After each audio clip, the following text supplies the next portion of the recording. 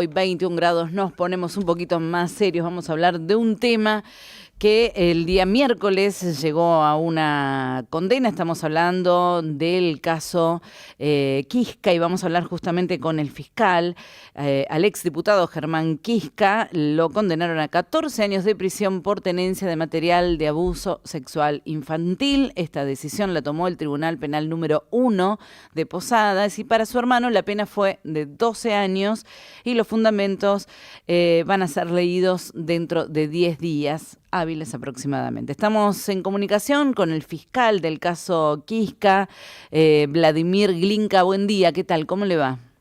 ¿Qué tal? Muy buen día para ustedes. Igualmente, gracias por atendernos este viernes. Pero bueno, se llegó a una condena, después dentro de unos días obviamente sabremos los fundamentos, pero imagino, no sé, le pregunto a usted si está conforme con este fallo. Los fundamentos siempre hay que leerlos. Es bueno seguir aprendiendo, seguir compartiendo, ¿no es cierto?, criterios, eso está bien.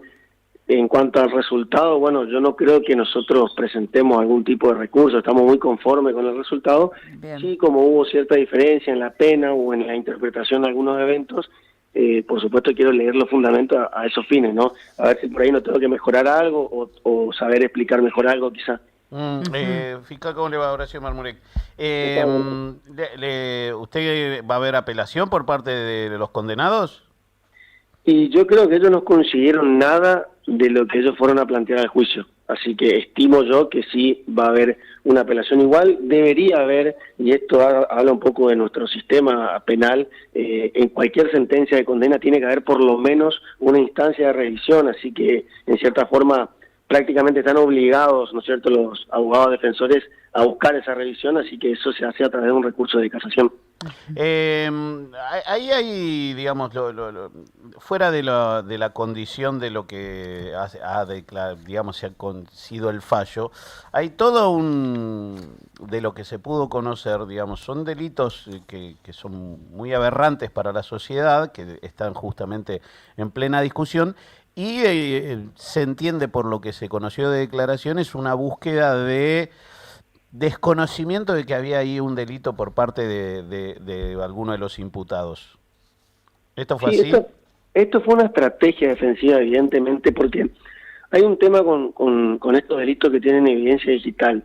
A diferencia de la evidencia común, viste, hace cuenta un homicidio, un robo, la evidencia digital es muy fuerte, porque es muy difícil sacársela encima, para hacerlo muy, muy gráfico, ¿no?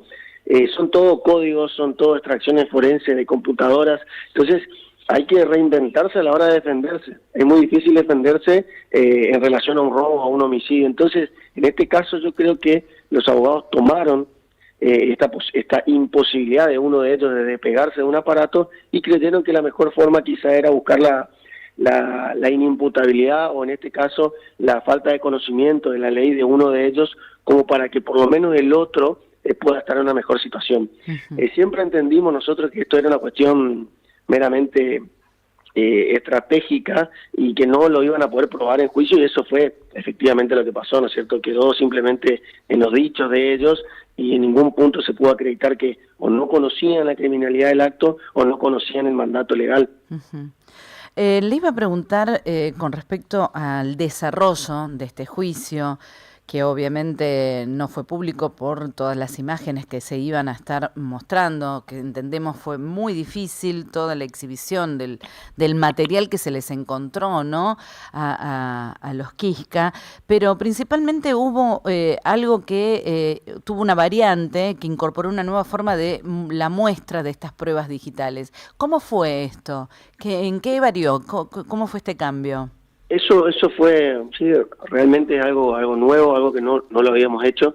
Déjame agregarte que además del material que se exhibió, que fue fuertísimo, de hecho me ha costado mucho el día a día, ¿no?, en relación a eso, uno tiene, no sé, se siente raro, digamos, como revuelto, ¿no? Todo el día estás así, después de empaparte de ese material. Pero la audiencia fue a puerta cerrada esencialmente por esto y porque había una víctima presencial, o sea, una víctima de carne y huesos de abuso sexual. Por esas dos razones fueron que el tribunal decidió el cierre. ¿Cómo lo hicimos? Bueno, Sí. tenemos que mostrar las dos cosas, porque por un lado íbamos contando el camino de cómo llegamos a recuperar esta evidencia digital, que es un camino que tiene que ser muy claro y muy sólido, porque justamente no hay margen de error, digamos, en las extracciones, y cualquier margen de error siempre va a beneficiar a la impunidad, es decir, al imputado.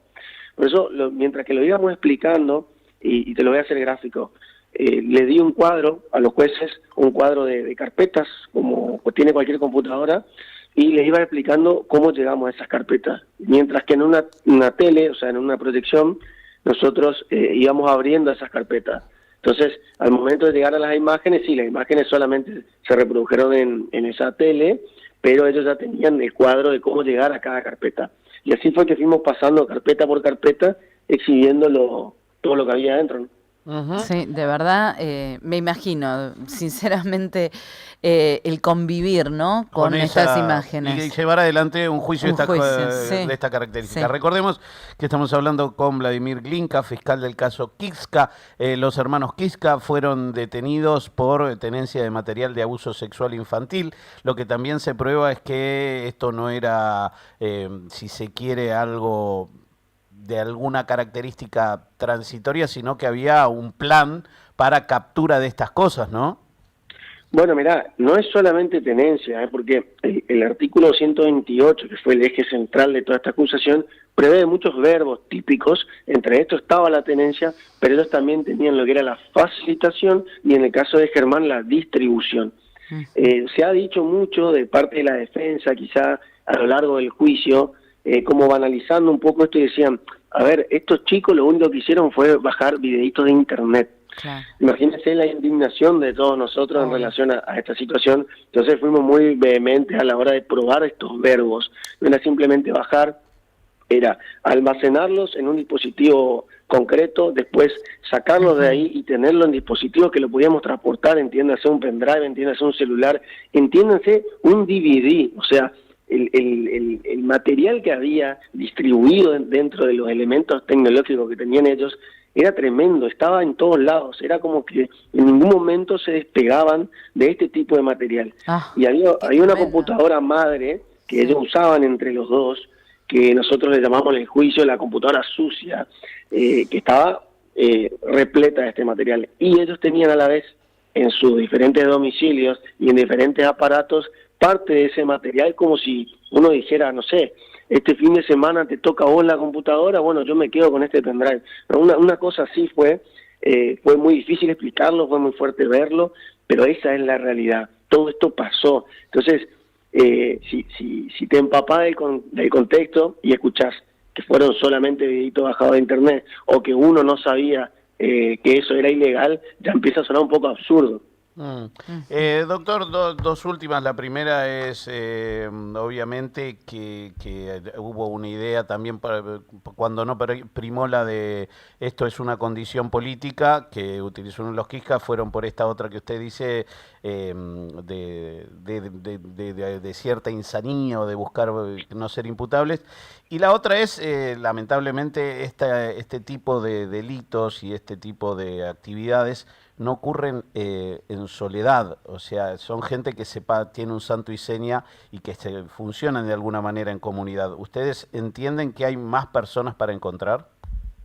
Sí, totalmente. En cuanto a lo primero, me hablaste de que es cierto que se instauró, en realidad de parte de la defensa se instauró esta cuestión de una persecución política. Yo fui muy duro con ellos en el alegato, porque le decía primero, si esto fuera una cuestión política, debe necesariamente significar dos cosas. O por un lado, que yo soy un operador político, es decir, a mí un político me dijo, hace esta acusación, que es ofensivo. Y por otro lado, significa algo también ofensivo, que es, te pongo esta causa, yo soy un tonto que no se da cuenta que la causa está armada y te acuso igual. Entonces le decía a los imputados directamente, ¿no? Pedí la autorización para hablar con ellos. Le conté quién era yo, le conté cómo yo había llegado ahí, le conté lo que yo vi, y le dije, por favor, esta cuestión política será una aplicación para la familia, porque debe ser difícil explicar cómo un familiar llega a esa situación, pero no es real. Yo no sabía quiénes eran, le dije en este caso al diputado, no conocía ni su nombre, yo no sé el nombre de todos los diputados, yo simplemente vi una causa horrible y voy en contra del imputado por eso. Entonces, con eso yo traté de dejar de hablar de este tema porque efectivamente todo el tiempo se trabajaba sobre esa cuestión. Y lo segundo que me preguntaste me olvidé. Era el tema de la participación de otras personas. Sí, es ¿no? lo último. Sí. Mirá, esto funciona así. Nosotros entendemos que hay una colaboración entre diferentes personas de diferentes lugares en relación a esto, pero no en los términos de una asociación, ¿no? Entiéndase, asociación ilícita, por ejemplo. Es decir, ellos, por el sistema que descargan estas imágenes, comparten un software determinado y comparten el material. Pero cada situación significa un delito en particular en el lugar donde se comete. Nosotros fuimos contra estos dos porque los agarramos acá en Misiones haciendo esto dentro de nuestra frontera. Pero este operativo este primer allanamiento se hizo en conjunto con otros 13 operativos que se hicieron a nivel nacional el mismo día a la misma hora. Entonces, nosotros los llevamos a la justicia a ellos, mientras que las otras provincias están haciendo lo mismo con las personas que capturaron ese día a esa hora. O sea que esto, digamos, tiene repercusiones. No así en Misiones. En Misiones no hay más casos que los hermanos Quisca. Bueno, lastimosamente este caso está terminado, pero hay muchos casos más. Uh-huh. En mi fiscalía tengo varios casos más en otras etapas procesales, pero es muy bueno haber llegado al primer antecedente de juicio oral de este tipo de casos, porque no... Uy, ¿se nos cortó? ¿Se nos fue justo? ¿Justo? Nos sirve el antecedente. Uh-huh. Es decir, ha quedado claro que se trata esto de un hecho gravísimo y la pena va a ser muy alta. Vladimir Glinka, fiscal del caso Quisca, muchísimas gracias por esta salida aquí con Radio Nacional. Gracias a ustedes. Chao, hasta luego. Adiós, hasta luego. Ramos Generales. Diego Ramos. En Nacional. Tu radio. Nacional suena en todas las estaciones.